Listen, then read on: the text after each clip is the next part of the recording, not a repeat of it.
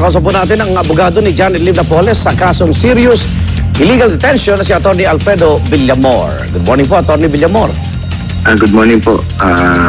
Si Arnold Glaby po ito at Apo. sa November 7 ho ay wala nang pipigil siya po'y dadalo sa Senado. Hindi po namin napag-uusapan yan, pero pagkaroon ko po siya idadalo, pero hindi po ako kasi ang abogado niya doon. Okay. May engagement is limited to the serious illegal detention case. Apo. So ibang abogado yung may hawak dun sa kanyang kaso doon, sa Perk Barrett? Hindi po, at least what I can say is hindi ko po alam kung meron ng ibang abogado. Sa ngayon po hindi ko pa po alam. Kasi wala na si Attorney Kapunan. Sa inyo po, Attorney, ano pong kasong nirepresenta nyo kay Janet Lim? Ayun lang pong yung pong petition for bail dun sa serious illegal detention case. Oho. Pero hindi ba pagkakataon na rin niya maharap yung itong si Ben Harloy sa Senado?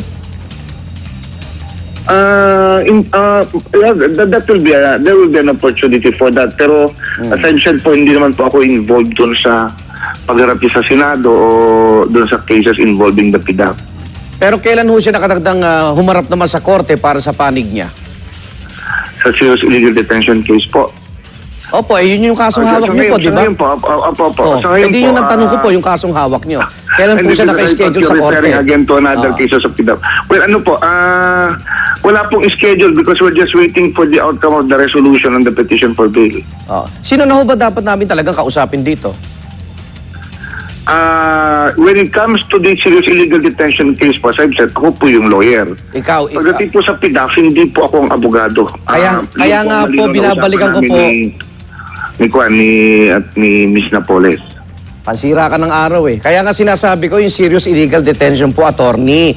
Kayo ba opisyal nang umaharap na katawan niya? Abogado kayo doon. Oo, kasi tinatanong niyo ako tungkol sa PDAP. Hindi na nga, binago ko na nga. Tawa-tawa ka pa.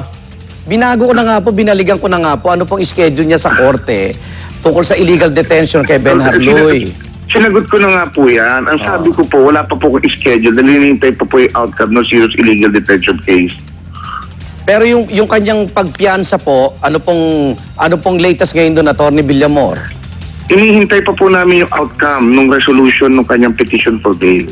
Sana pala, hindi namin kayo natawa. Okay, sige po, salamat po. Wala akong nakuha sa inyo. Salamat po, Atty. Atty. Alfredo Villamor, abogado po ni Janet Lim Napoles. Salamat po. Marami pang